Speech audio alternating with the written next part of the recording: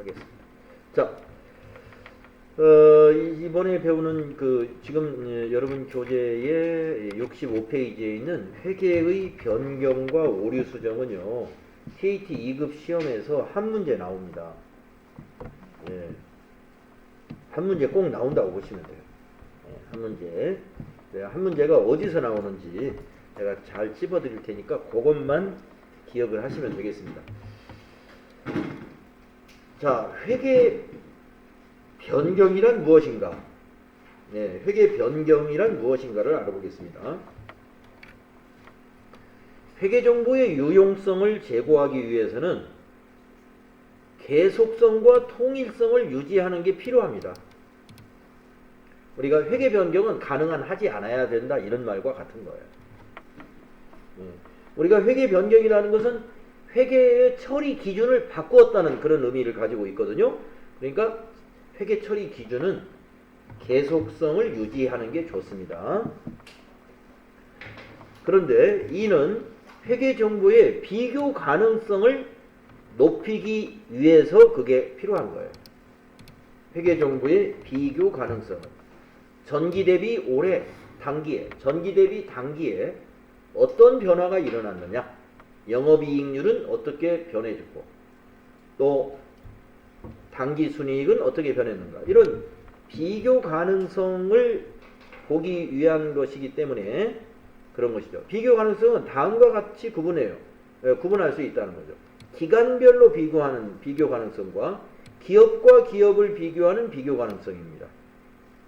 그러니까 같은 회사에서 기간별로 비교를 할 때에도 전기와 단기의 회계 처리 기준에 차이가 없을 때 그 비교가 의미가 있는 것이죠. 또 기업 간의 비교를 할 때도 만약에 두 자동차 회사가 있다라고 하면은 두 자동차 회사의 처리 기준이 동일할 때 두 회사의 회계 정보를 가지고 비교했을 때 의미가 있는 것이죠. 기준이 다르면 비교 가능의 의미는 떨어진다는 거예요. 그래서 비교 가능성을 확보하기 위한 의미로서 회계는 어떻게 해야 돼요? 계속성과 통일성을 유지해야 된다. 이걸 이해하시면 되겠죠. 그런데도 불구하고 회계를 변경해야 될 사유는 있다 이거예요. 어떤 사유가 있는지 보겠습니다. 회계 변경은 회계 정보의 비교 가능성을 훼손할 수 있으므로 회계 변경을 하는 기업은 반드시 회계 변경의 정당성을 입증해야 돼요. 그 정당성은 세 가지가 있어요.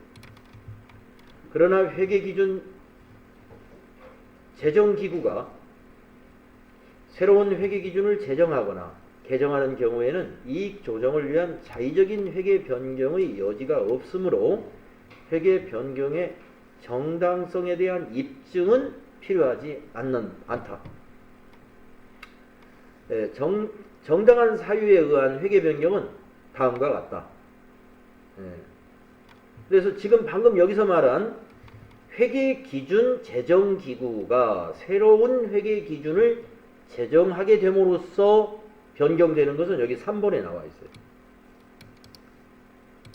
일반 기업 회계 기준의 제정, 개정 또는 기존의 일반 기업 회계 기준에 대한 새로운 해석에 따라서 회계를 변경하는 것은 이것은 입증할 필요는 없어요. 왜냐하면 기준이 변경되는 것은 다 객관적인 사실이기 때문에 이것을 기업이 재무제표를 공표할 때 이러한 이유 때문에 변경했다라는 것을 입증할 필요는 없습니다.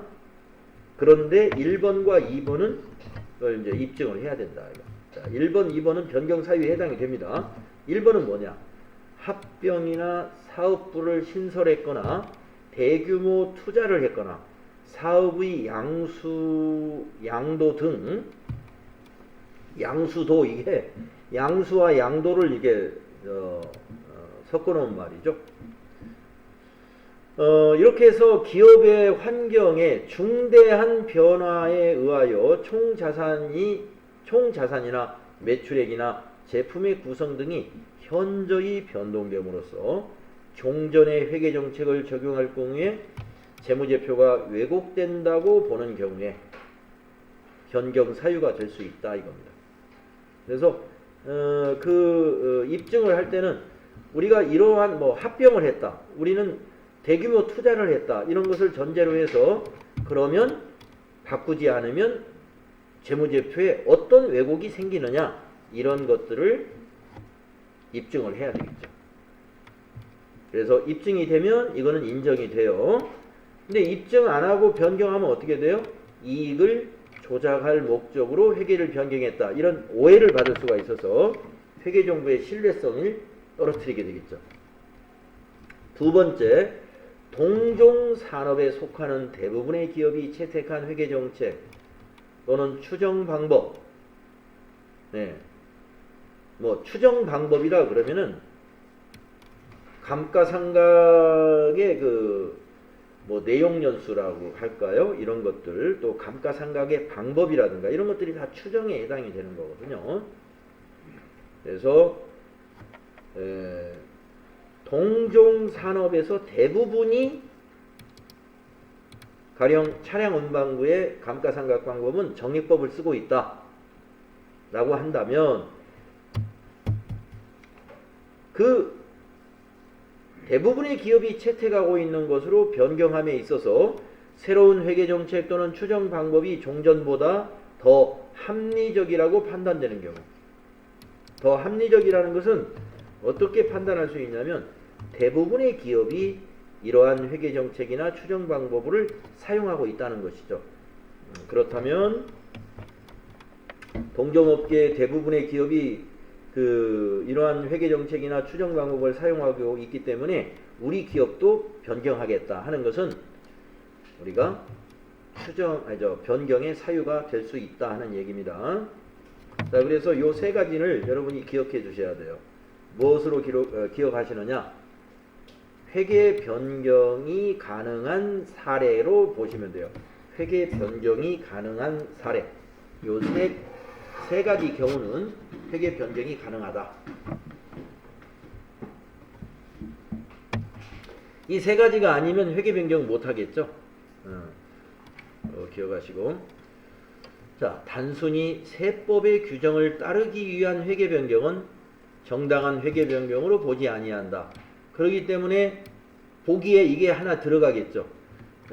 요 세 개 보기를 1, 2, 3 넣고 4번에다가 이렇게 보기를 하나 더 넣는 거예요. 4번에다가 단순히 세법의 규정을 따르기, 단순히라는 말 빼더라도 세법의 규정을 따르기 위한 회계 변경은 정당한 회계 변경이다 라고 보기를 넣어놓으면 틀린다. 세법을 따르기 위한 회계 변경은 해서는 안 되는 겁니다. 이것은 정당한 회계 변경으로 보지 않습니다. 회계 처리는 회계 처리고, 그러면 세법에 의해서 세금을 내야 되는데 어떡하죠? 세무 조정이라는 걸 해서 납부할 세액을 다시 산출하는 거예요. 그러니까 회계 처리는 회계 기준에 맞게끔 하고, 회계가 장부 마감을 끝난 다음에, 결산이 끝난 다음에 세무 조정이라는 걸 하죠. 세법에 맞추어서. 자, 그래서 그 이유는 세무보고의 목적과 재무보고의 목적이 서로 달라 세법에 따른 회계 변경이 반드시 재무회계 정보의 유용성을 향상시키는 것이 아니기 때문이라는 것.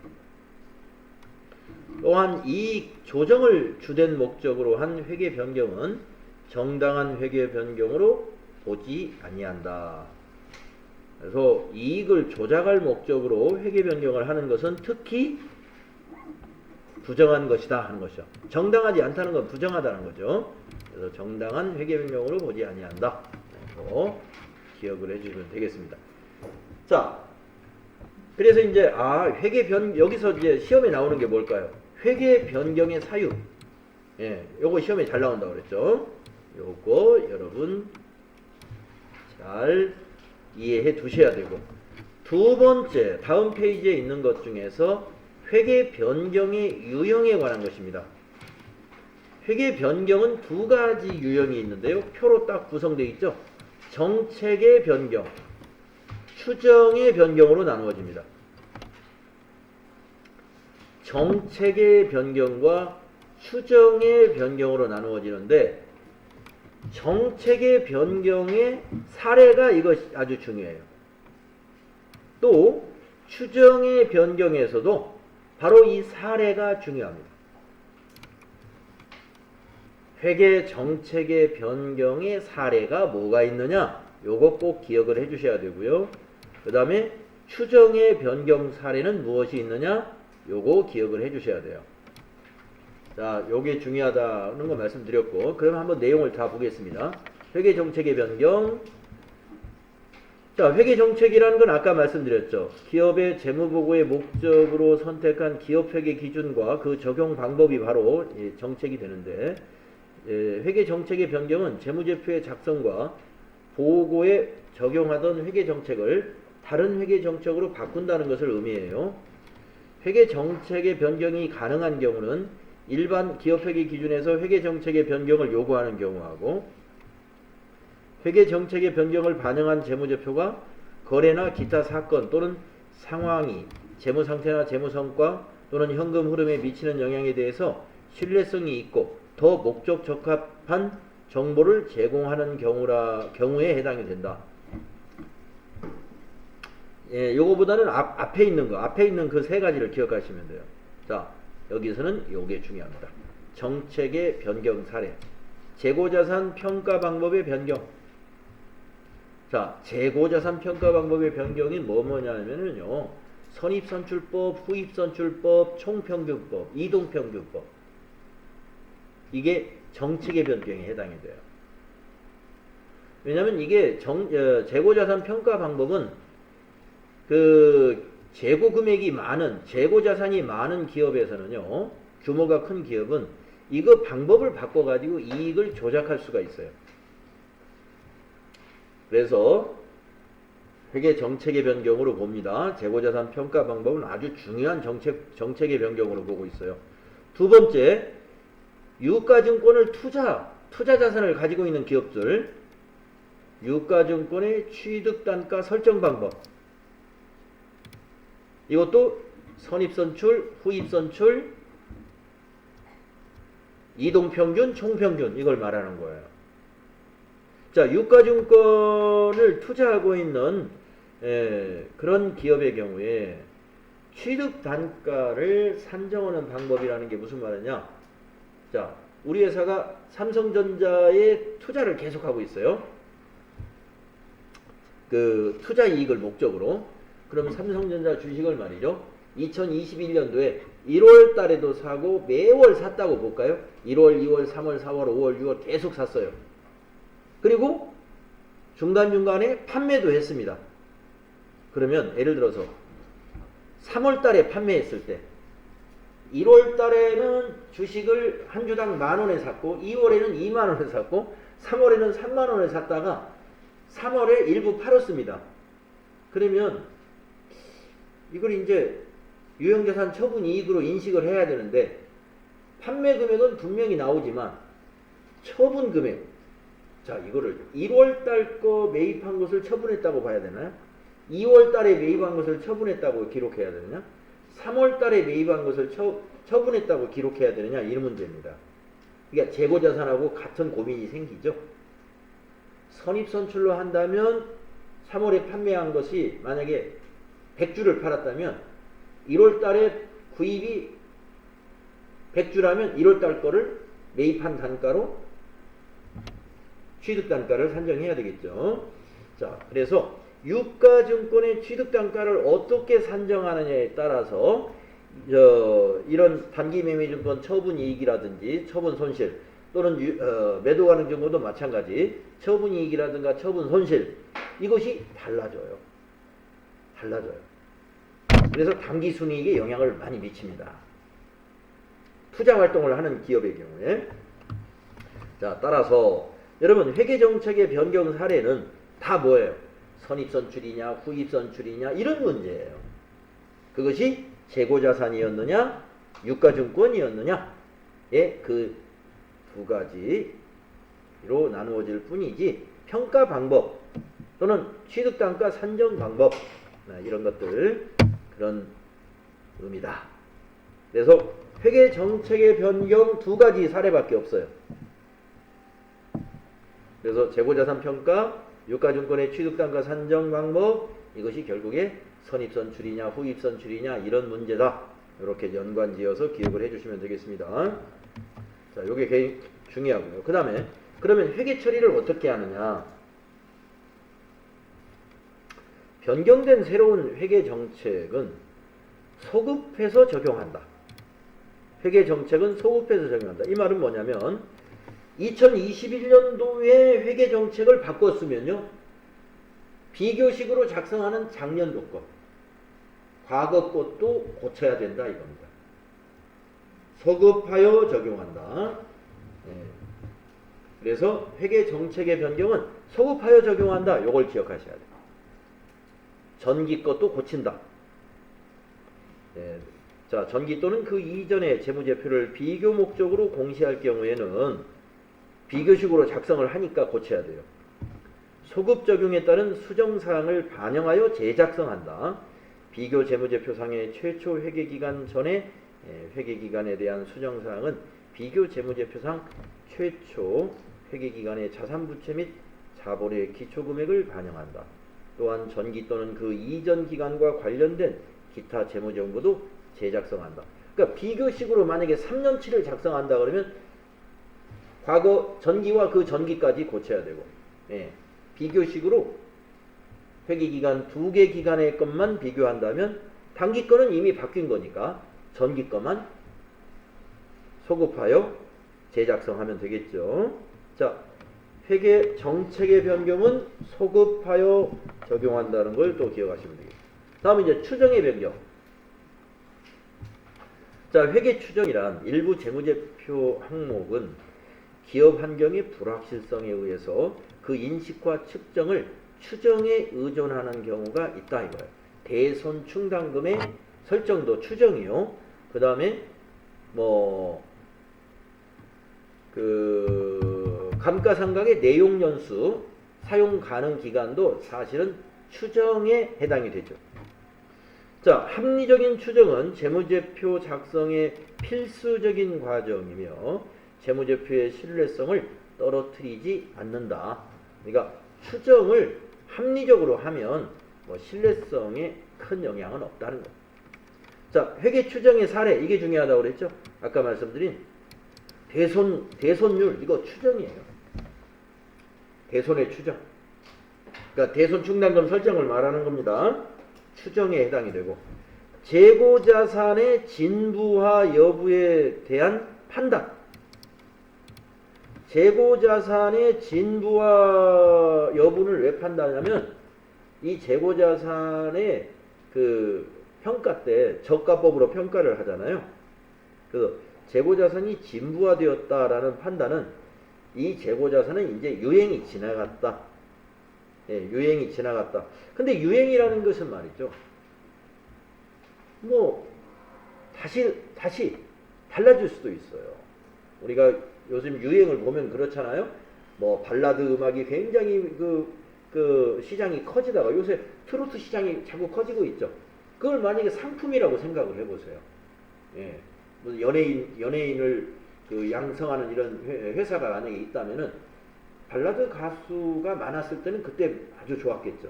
근데 지금은 또 트로트가 굉장히 유행이다 보니까 트로트에 소질 있는 가수가 많이 있으면 또 지금은 또 좋은 시기고. 그래서 유행이라는 것은 어떤 그 시장의 상황에 따라서 달라지기 때문에 진부와 여부의 판단, 이거는 추정적인 겁니다. 유행은 다시 돌고 돌아와요. 돌고 돌아. 그런 의미예요. 그 다음에 우발부채를 추정하는 것. 자, 여기 우발부채라는 말이 처음 나왔는데요. 한번 정리를 한번 해보겠습니다.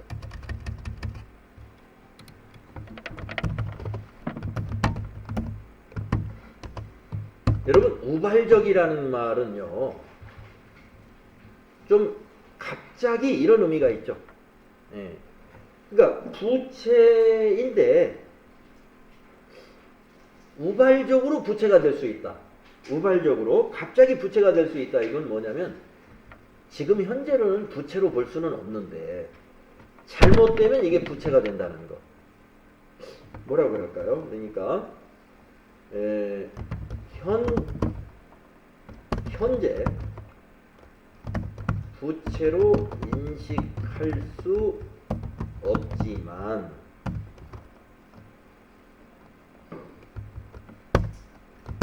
미래의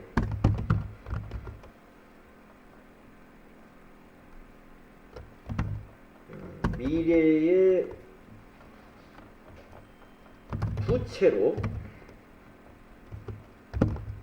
인식될 수 있는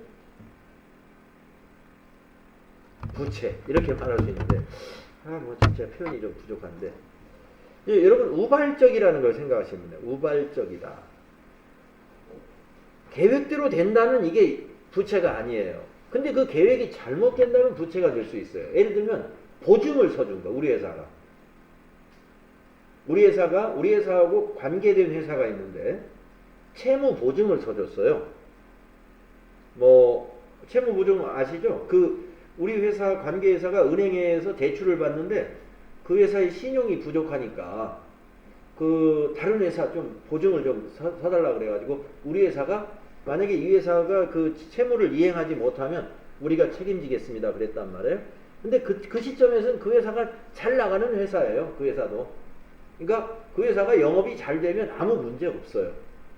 그런데 그 회사 부채였는데 나중에 책임이 우리한테 돌아올 수가 있죠. 그거는 그 회사가 은행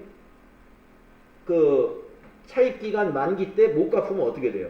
은행에서 우리 기업에 연락이 오겠죠. 당신들이 이거 보증 섰으니까 당신이 이제 채무자야. 이런 것들이 우발부채입니다. 지금 현재는 우리 부채는 아니에요. 그러나 미래에 뭐가 잘못되면 부채가 될 수 있어요. 그런데 이 우발부채는 재무상태표에는 표시를 안 해요. 왜냐하면 지금 당장 부채가 아니니까. 그러니까 우발부채 같은 경우는 우리가 주석으로 표시합니다. 주석에다가. 그런데 이 우발부채를 추정하는 것도 이게 좀 애매하잖아요. 추정이니까. 여기까지 생각하면 이게 부채예요. 그래서 이런 거 우발부채를 주석에 표시할 거냐 말 거냐 이런 것들은 회계의 추정에 해당이 됩니다. 그래서 이거는 기입을 해야지, 이거는 기입할 필요가 없어 하는 것들에 대한 변경이죠. 이런 것들은 추정의 변경에 해당이 된다. 감가상각 자산의 내용연수, 이거 추정입니다. 그러면서 감가상각의 방법도 또 잔존가치, 즉 감가상각과 관련된 모든 것이 다 추정이에요. 내용연수, 상각방법, 잔존금액을 결정하는 것, 이것들이 다 추정에 해당이 됩니다. 그래서 추정의 변경은 좀 사례가 많죠. 그런데 여러분이 이 사례를 보시면 이건 어디까지나 추정이구나 하는 것을 딱 우리가 느낄 수 있지 않나요? 그러면 잔존가치라는 거, 네. 그것도 회사에서 임의적으로 임의적으로 해도 돼요. 잔존가치라는 것은 내용연수가 경과된 후에 이걸 처분했을 때 우리가 받을 수 있는 금액을 잔존가치로 표시하거든요. 그거는 회사가 정하는 거예요. 회사가. 그렇기 때문에 이것은 추정이라는 거죠. 정책이나 이런 건 아니에요. 추정. 자, 그래서 정책보다 추정은 변경이 좀 가벼워요. 가벼운 변경이기 때문에 회계 처리 방식을 보면은요, 추정의 변경은 전진적으로 처리한다. 전진적. 자, 전진은 미래죠, 미래. 그냥 단기 것만 고치는 거예요. 단기 것만 고쳐서 하는 거고, 전기 거는 안 고쳐도 된다. 내용이 그겁니다. 아까 정책의 변경은 소급 적용다. 그럼 전기 재무제표를 다시 작성해야 돼요. 그런데 추정의 변경을 한 것은 전기 거 안 고칩니다. 내용이 크게 달라지지 않아요. 추정의 변경은 내용이 큰 차이가 나는 것은 아니기 때문에 그렇습니다. 자, 그래서 그 효과를 당기와 당기 이후의 기간에만 반영을 합니다. 그래서 회계 변경의 속성상 그 효과를 회계 정책의 변경 효과와 회계 추정의 변경 효과로 구분이 불가능할 경우, 우리가 모든 것이 이렇게 딱 떨어지는 건 아니니까 이것을 정책의 변경으로 봐야 될까? 여기 보면은 등이라고 했잖아요. 등. 정책의 변경 사례, 유가증권의 취득단가 산정 방법 등, 또 밑에도 추정의 사례에서도 잔존금액의 추정 등이 했잖아요. 그러니까 여러 가지 사례들이 있을 수 있는데 이런 기준으로 여러분이 판단하시면 되는데 그 구분이 불가능하다고 본다면 다 추정의 변경으로 보는 거예요. 추정의 변경으로 본다. 요것까지 알으시면 됩니다. 자, 그래서 뭡니까? 추정의 변경과 정책의 변경에서 한 문제 변경에 관해서는 이제 여기서 문제가 나는 경우가 있고, 여기 변경 사유에 대해서 거기서 안 나오면 여기서 나옵니다. 정책의 변경이냐 추정의 변경이냐, 이 두 페이지에서 한 문제가 출제가 되고요. 그 다음에 이제 회계 오류가 있는데, 회계 오류도 가끔 시험에 나오긴 하는데 기출 문제를 보면은 1년에 한 번 나올까 말까 합니다. 회계 오류는. 다음 시간에 여기 회계 오류에 대해서 중대한 오류 회계 처리 방법, 그리고 중대하지 않은 오류에 대한 회계 처리 방법, 이렇게 나누어서 여러분 회계의 오류와 위에 나오는 변경과는 내용이 달라요. 오류는 잘못 처리한 거예요. 분계를 잘못했다 이거. 분계를 잘못한 거고, 위에 거는 회사가 정책을 변경했거나 무슨 방법, 추정의 방법을 변경한 거예요. 그것이 변경이고, 오류는 우리가 뭔가 회계 처리를 잘못했다. 뭘 누락시켰다든가 아니면 개정과목 분류를 잘못했다든가 이런 것이 오류가 되겠습니다. 그래서 오류에 대해서 다음 시간에 설명을 시작하면 돼요. 거기 적어놓으세요.